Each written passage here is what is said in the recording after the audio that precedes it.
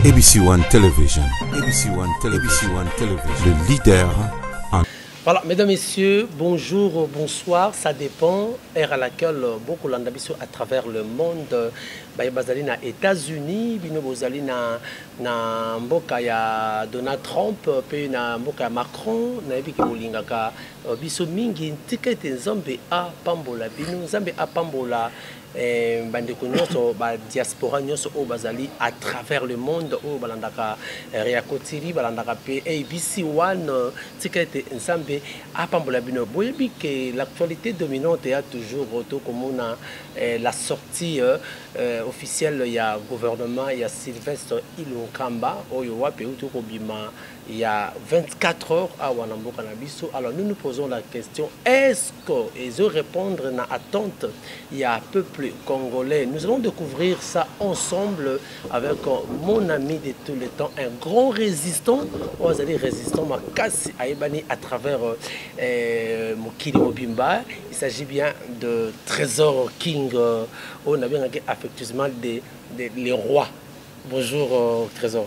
Ingeta yenge matondo na yo ndeko na ngai Jimmy ezali sengotondi na motema losako na bayi Kongo nyonso mbote pe lisusu na bana mama Kongo bana Kongo mongali bana nzambe mpungu tous les odezo bana ya nzambe oyo akela mokili pe na so apesa biso Kongo oyo sans que to sengaye bakabela biso kinela biso Kongo pe biso boza ba mission ya ko accomplir na kati ya Kongo. D'accord, avant que tu comptes vraiment na vie via émission na biso, pourquoi bien qu'on résistant au changement de statut na King Boye ça c'est non, c'est la question que beaucoup de gens se posent. Moi je dis na fanda na na film mon atala mingi Sarafina.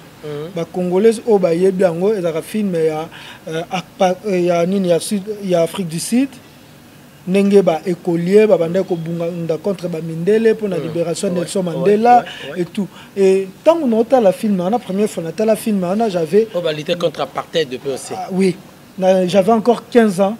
Mais tant que on a comme mukolo boy na komi tangu yo yeba ki king of na bino na komi kota film na biso ki na zuka film ba personnage a film ceux qui batu ya mikeboy na Afrique du Sud parce que film est à koloba réalité moko boy salama parce que ça film est historique ceux qui bana mikeboy ba bundaka po Afrique du Sud les lois à Afrique du Sud. Et qu'est-ce que moi Trésor King j'attends na zela mboko ekende na fandi na ko réfléchir na nyonso papa biso bando yebisa parce que mon papa a kufa depuis 2008.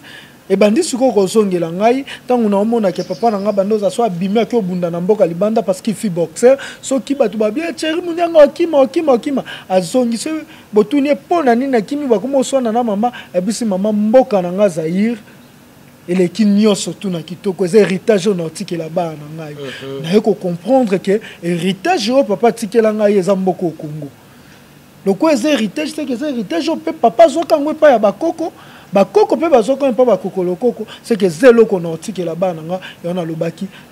Je dis non à distraction, non à doute, non à peur. Na bisiko na tombo la miso pour na ko sauver avenir présent na biso pe avenir ya bana na biso. En train de distraire. Pardon? Non, distraction. On va stop la distraction. Non, distraire. La distraction parce que congolais nyoso otozali, toza kata distraction. Il y a des églises. Il y a distraction pour les distraire congolais. Il y a des églises. Il faut réfléchir. Mais quel est attends, côté beaucoup de gens la macasse na babaf. Au moins moi église muke mais baf il y a église à Mamolangi, espace à Mamolangi 17e rue. D'accord, non. Il y a des bars, des terrasses. Dans ces débats-là, non, c'est pas les débats. Au c'est là tout non distraction. Il y a des bars. Il y a de tout ce qu'on faisait. Liboso, Bassi, tout, ce sont des distractions. Il fallait qu'on bima la distraction, se sauver pour sauver les autres. Tu as raison. Mais non, aussi, la parenthèse par rapport, il y a Biloko Wana et Osalabi, parce que vous avez expliqué très bien. Alors, nous allons beaucoup plus parler de la sortie officielle, il y a gouvernement. Tu as assisté, tout ça qui, après 8 mois, tout le gouvernement Ebimi, Lelo, il y a 24 heures, ministre, premier ministre, chef du gouvernement, a été publié. Mais à notre grande surprise, M. King, la publication, tout le monde confrère Nabiso Kastongo, à Tangi Yango, 3h, 4h, mais pourquoi Nabutu, on ne comprend pas, qu'est-ce qui est justifié, et Nabutu. Alors, il y a tant que résistant, et puis mon pandi s'engropé, lecture nous par rapport à sortir au gouvernement, est-ce et répondre à l'attente, il y a population congolaise, parce que la vérité des ordres. Je prends d'abord Boutou. Boutou, exactement, Boutou Balalaka. Boutou, exactement, c'est vrai, Moutazara fatigué. Boutou, exactement, Moutazara inspiré. Et pas en Zambé. Exactement, Moutazara na contact na Zambé. Contact na Mili, moi, c'est na contact na Bato Mokilité. Le Congo, on a dit le problème du Congo, c'est spirituel. Et pour endormir le peuple congolais, il y a un salam à Kambou Naboutou. Il y a publié qui va président na Boutou. Et il y a publié gouvernement na Boutou. Donc, na kati ya Boutou, ils apprennent à Bangota à faire endormir. Il y a un rapprochement fort, hein? Mais il n'y a pas d'hasard. Publication, il y a présidence na Boutou. Publication, il y a résident présidentiel na Boutou. Publication, il y a gouvernement na Boutou. Pépé Ilunga, notre grand-père à tous. Le grand-père, il y a... Pépé Ilunga. Oui, Pépé. Bon, je ne dis pas... Tu ne vas pas dire le contraire. Non, mais pas. Le Pépé Ilunga, le grand-père de tous les Congolais, sauf Antoine Kizenga, il y a Moutazaki Mokolo à Pépé Ilunga, tout à travers Pépé Ilunga de Moutaza Mokolo. Pépé Ilunga a pesa qui liste. Liste où après choc il y a gauche, choc il y a droite, choc il y a gauche, na âge na yena makamba sala, na yo que la Pépé Ilunga ma. Ba choc wana esenga bilenge lokola biso ozana na énergie na ni mutu lokola Pépé Ilunga so su choc ya kingakati pour kuna babeta bambata Zakari Baba so dit ça na biwan siko so mbata o Zakari Baba so zwaki na matama Pépé Ilunga. Na matama Pépé Ilunga sort ya Pépé Ilunga ezala nini mais Zakari Baba so tuna ki papi mboma oyoka kiteke babeta bambata tango lobeli mutu mabe. Donc ça veut dire to Pépé Ilunga lobé to sa liste pour la ba congolais c'est ka zo pe bambata ne soki c'est pas moi, c'est Zakari qui a dit ça. C'est pas moi qui ai dit ça. Pépé Ilunga c'est que ba choc ko zo na bambata na bani mais na âge na yo wana eza âge batika papa na afanda eza âge à retraite cerveau neza kimia Boutou na meki ko sembolela yo ko manyolela ona Boutou tinani na Boutou parce que ba la kisa congolais il faut bolala bo s'intéresser te na makambo na bino gouvernement oyo tozela ki yango lokola bia léopard tantôt bia orge o bato bakoboya o arbitre koboya tantôt ezala bi oyo mokili mobimbe konzima ngaki ezala bi o monsieur Antoine Tshisekedi Félix Antoine akokaki ko marquer na ngambu ya bandeko na biso ya lamuka to biso ba résistant pona lobaki non tala bolobaki mingi bomoni bolobaki boye boye to repesa FCC bomoni te mais bi yango malheureusement za bi ya orge biso tout oboyango ata mwana muki obimise suko aboyango ya orge cela veut dire orge ça veut dire quoi? Bah tricher moral ya congolais, bah tricher pour appeler ça congolais batu oyo congolais bande ko zelaté. Mais bah lui plus de 80% ils allaient bah nouvelle figure oyo 76%, 76%, 23% Batouakala. Et c'est 77%, 23% Batouakala. Toye 26% virgule nul. Papa, Congolais, azan pour ça, il y a Batou Obabongisa Congo. C'est même pas un problème de figure. Tout ça pour ça, figure. Le problème est Congolais a changement. Tout ça, pas le président élu Martin Fayulu. Au moins, le président Martin Fayulu, s'il y a des gens au Baza Simane, parce que il y a un discours à Zopé, ça, tu vas espérer un changement. Et ceux qui ont dit Antoine Tshilombo Félix, par rapport, il y a discours au papa, ça veut dire que non, tel père, tel fils. Tel fils, tel père. Et donc, si je peux faire ça. Mais aujourd'hui, les gens ont compris que non, mutu na mutu nzamba kele na ndenge na ye. Parce que ce que M. Antoine Félix Tshilombo fait aujourd'hui, c'est contrairement à ce que papa Etienne Tshisekedi devait faire ce cas. Donc quelque part, il a trahi la mémoire de son père. Là, c'est pas moi, c'est l'Esprit Saint. C'est l'Esprit Saint de Moutele Yebisio. C'est pas moi. Pour ce que papa Etienne Tshisekedi soki azaki Léona Bomoi va présenter que Azarias Rouberwa, président de la décentralisation, et ministre de décentralisation et réforme institutionnelle. En plus, il y a Moutaro s'occuper de l'affaire coutumière. Balagisi, papa Etienne Tshisekedi. Yolo papa Etienne Tshisekedi dans le bani. Voilà. Kondo Etienne Tshisekedi. To la moussie. To la moussie Mouze Laurent Désiré Kabila. To la kissier. Les nini, il y a ministère. Mouze Laurent Désiré Kabila dans le bani. Mais King, le rôle peut soulever et poste. Voilà, il y a Azéré sur Rouberwa. Nalandaki na Twitter, il y a mon avocat Francis Kalombo, c'était hier, où il a bien dit que Botuna, président Jean-Pierre Bemba, est-ce que l'air na 1+4, est-ce que Rouberwa a Tekaramboka? Parce que beaucoup de décentralisation, c'est la balkanisation. Est-ce que Tekaramboka, Botika, les ont dit à Pamba Pamba Wana? Alors, sur le PC ministère, il y a des décentralisation. C'était dans quel esprit? D'abord, au cité Kombo, il y a Francis Kalombo, qui a débattu le roi Bisso Bilenge. Pour Francis Kalombo, il y a une politique qui m'a dit poto, il y a Congo, il y a une politique, il y a les corbeaux et les renards. Donc, ça veut dire tout flatteur vit au départ de celui qui l'écoute.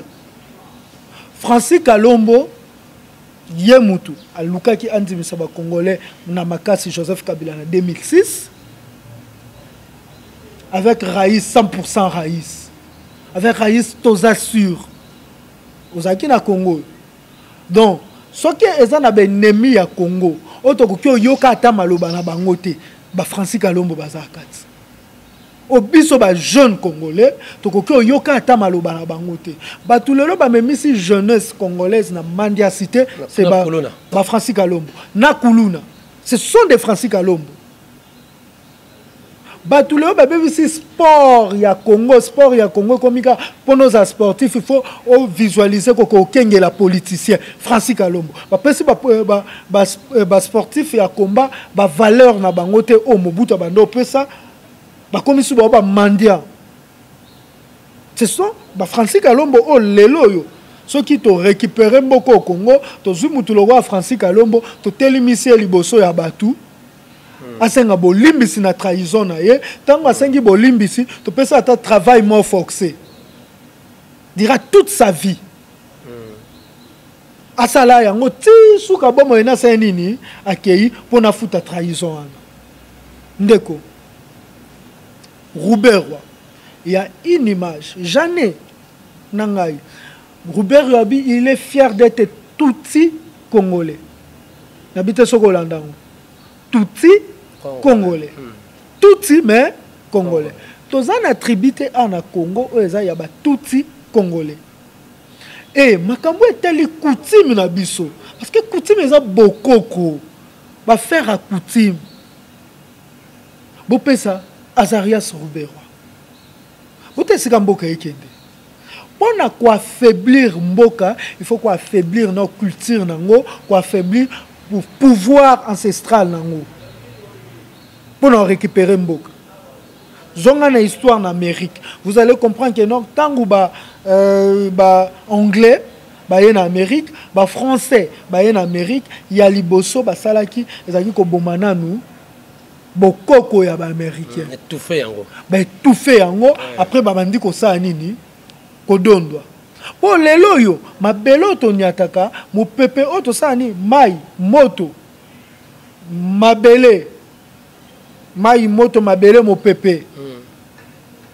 Eza ba biloko oyo et permettre ça peut na contact na ba ancêtre na biso.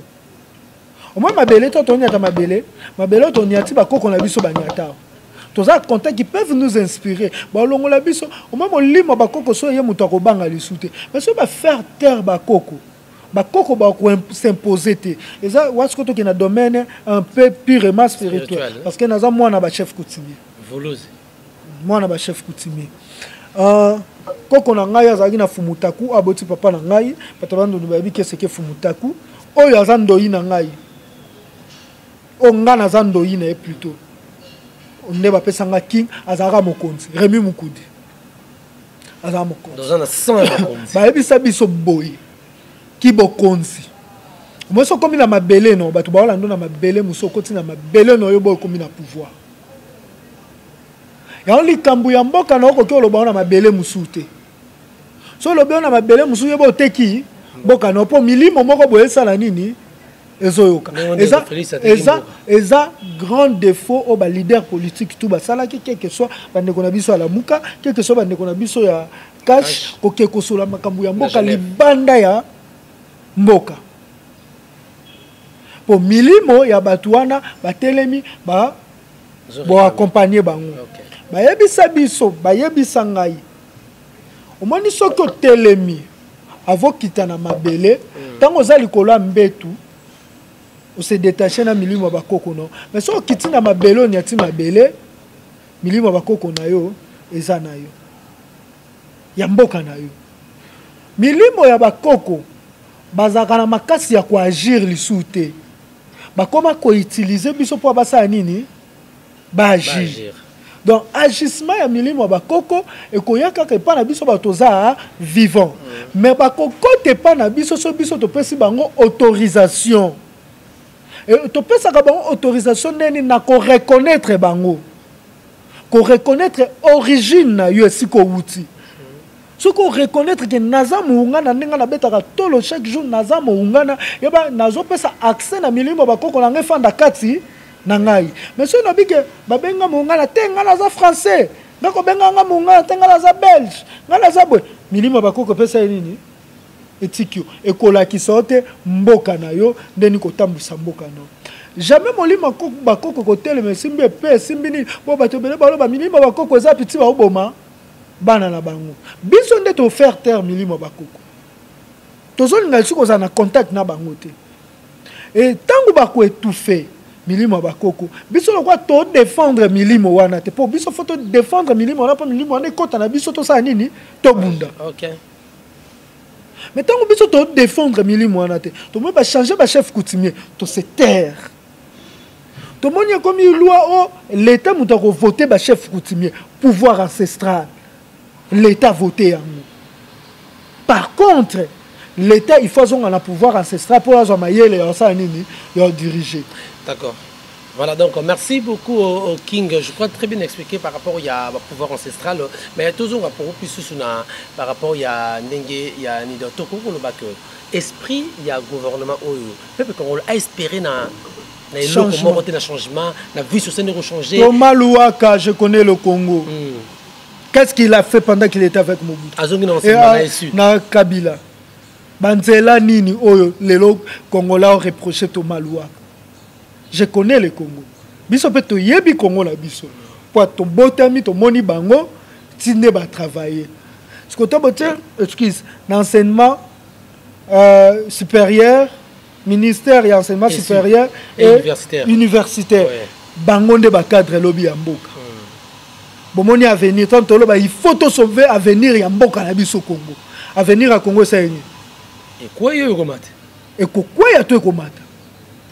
Parce que ceux qui écoutent nzela universitaire inachevé, banzela wana ona yoka esprit ya bato. Vous appelez inachevé. Ça veut dire éducation écotika la inachevé na niveau universitaire. Non, tu comprendre. C'est très fort hein, son message, très fort hein. Mais je vous dis, tu réfléchir le quoi bato, tu réfléchir le quoi ba nyamate. Ceux qui écoutent nzela ou eza mutute. Nzelo ko ba wina otonga nzela te lobi mutu muso yo otonga mutu aza conscience te na volonté te na amour ya batu te e bongo mutu okoki o diriger te mutu o biso kena na kena nga ntiki te e po biloko pe ba olinga ntiki te mbongo ba pesa ngai eselo te. Mais King comment na loko la ndenge tokei Amos Mbayo consos Amos Mbayo na sport consos na obenge consorce asa la convocation ce qui nini wana esprit une église na consorce c'est ça chaque année consorce abenga ba pasteur be na ya matete oui naza mwana nkasa lambio omone église à Mosimbayo na ngambu lupangu ya koko na ngai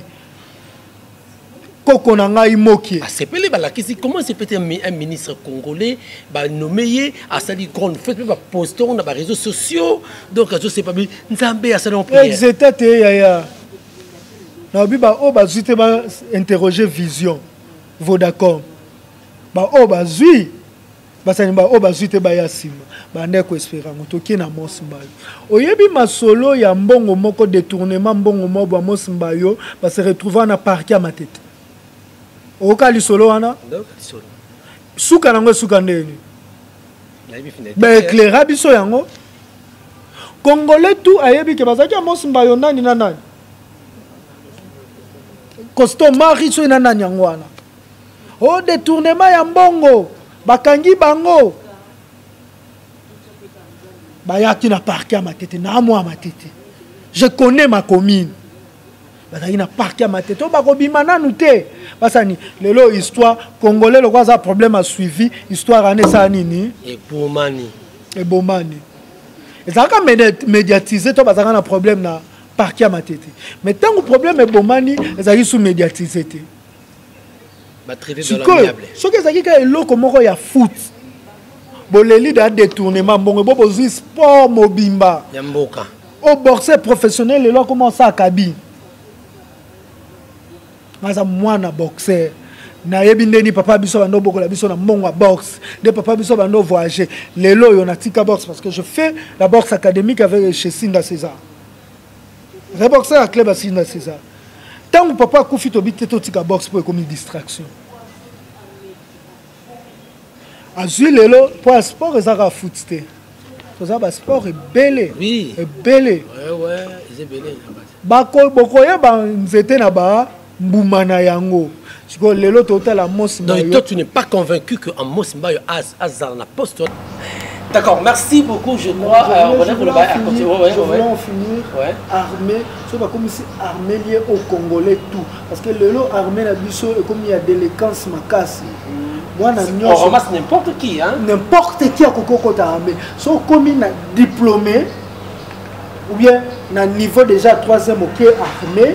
Yo motongo koma diplôme oyeba na servir mboka tona ki osala makamusu ndeba tu basala debo to recruter ba vrai et digne fils du pays on a volonté ne mboka yo ki na armée parce que l'amour le patriotisme c'est d'abord l'armée l'amour de défendre le pays ba sombana ba kapona défendre mboka ba là tu vraiment nda ika pona défendre mboka to longo li na armée c'est ba prendre ba patriotisme to ye deuxième chose ezali sous-sol et agricole, ressources agricoles.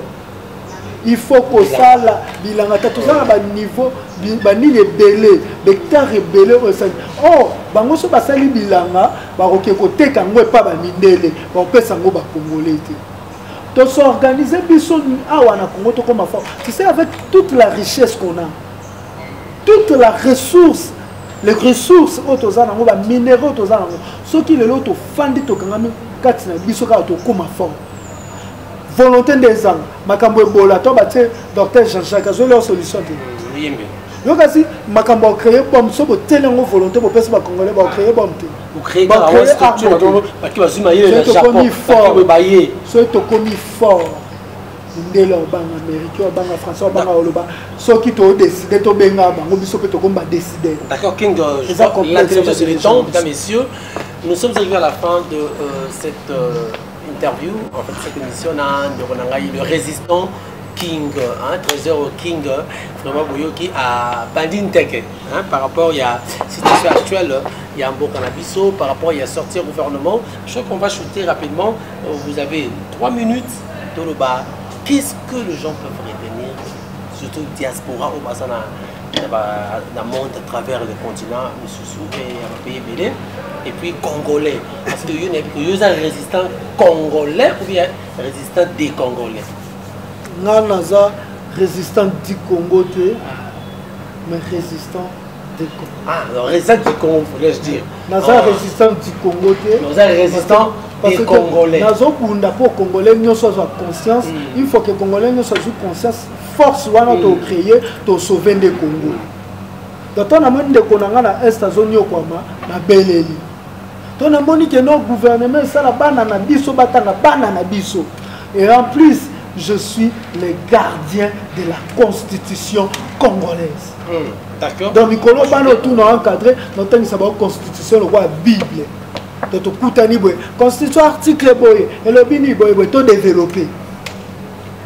To comment développer malgré constitution on a une modification pour ne protéger bateau bazana place. Et là qu'on va retenir les amis, bolingo ya mboka et les kabolingo nyos. Pour atteindre la Bible yo bango batanga. Balobi tango zo sambela pona yo sambela pe pona mboka na yo. C'est que lingi pe koloba tango zo bunda pona yo bunda pe reconnaître mboka. Tango zo bunda pona yo bunda pe pona mboka na yo. Donc on a senga ba diaspora ba zalwa ba Néhémie la Bible. Basala ligue pour la lecture de la Bible. Ça c'est beaucoup. Avant na ya comprendre que il faut na ba origine. Na ba ebisi biso na Bible soko tangi histoire à Néhémie, Néhémie tango yo ki ke mboka na ye ba capturé en na captivité à zongi asengi esika azalaki ordre bina zonga na ki otonga mboka kotonga mboka na yo ata na musika okoki kozonga na esprit kozonga na esprit yo za musika mozongi na esprit to ya otonga mboka otie loboko na pati mutu to la mede la pati biso to bunda te pona ba poste to bunda te po ba tunde ba koma ba konzi to bunda te pona changement comme mokonzi. D'accord, merci. Nous sommes arrivés à la fin. Binini, tu rapidement. Maman Chantal Louyeye, na pesi mbote na ba maman non so po ba maman de ba bota biso ba maman so ba peso mukako swa elobi kende liboso na komba po bango ba ba ka douleur. So ki ba monzeleza ba be mwana tika yo poza na mama. Eto ba yebi so ke mwana tozo telika no po biso ba maman na bino na ba poto akoto to fandi to nyokwami. Tozo nyokwa matokomi na posa tozo nga Congo to fanda à l'aise na mboka na biso bokozonga na Congo nini yango na trésor ki mukele na bunda kapona ba liberté na ba droit ya congolais à respecter to ba concevoir souveraineté na démocratie au lumumba tikela biso unité nationale au Mobutu tikela biso auto-prise en charge au Kabila nous allons rendre Désiré Kabila tikela biso donc comme il s'appelle élection au Kabila au tikela biso to longolango tricherie to comme ça ngo élection ya solo to ziba saut des moutons. Oui, tu sais qu'il y a aussi qui est la biso, tout comme ça, on va saut d'esprit à congolais et l'on va comme réfléchir l'école. D'accord, merci King. Parce que accepter vraiment de partager. Je crois que cette émission, vous la suivrez dans Riako TV, puis dans ABC One, number one. Est-ce que vous allez abonnez-vous massivement parce que biso to lobby to sala toujours lire sur nabino c'est quand information zali, mais to sala ba analyse. Je crois que ce sont des analyses objectives. Hein? On n'insulte personne, mais nous ne parlons que la vérité. La vérité, rien que la vérité. Alors, merci beaucoup, Natasha pour l'assistance. Merci. Maman, je suis mon papa José et Osé, qui est aux États-Unis. Merci. Merci également. Si vous avez aimé cette émission, dites merci à notre ami Popol qui était derrière la caméra, également notre ami qui est là. Chic de Riako TV. Que Dieu te bénisse. Merci à notre président Martin Fayoulou. Que Dieu vous bénisse. Alors, on se retrouve prochainement. Merci. ABC One Television. ABC One Television. Le leader en actualité. Actualité politique de la RDC, d'Afrique et le reste du monde. ABC One Television. Le leader en actualité. Actualité locale et internationale. ABC One Television.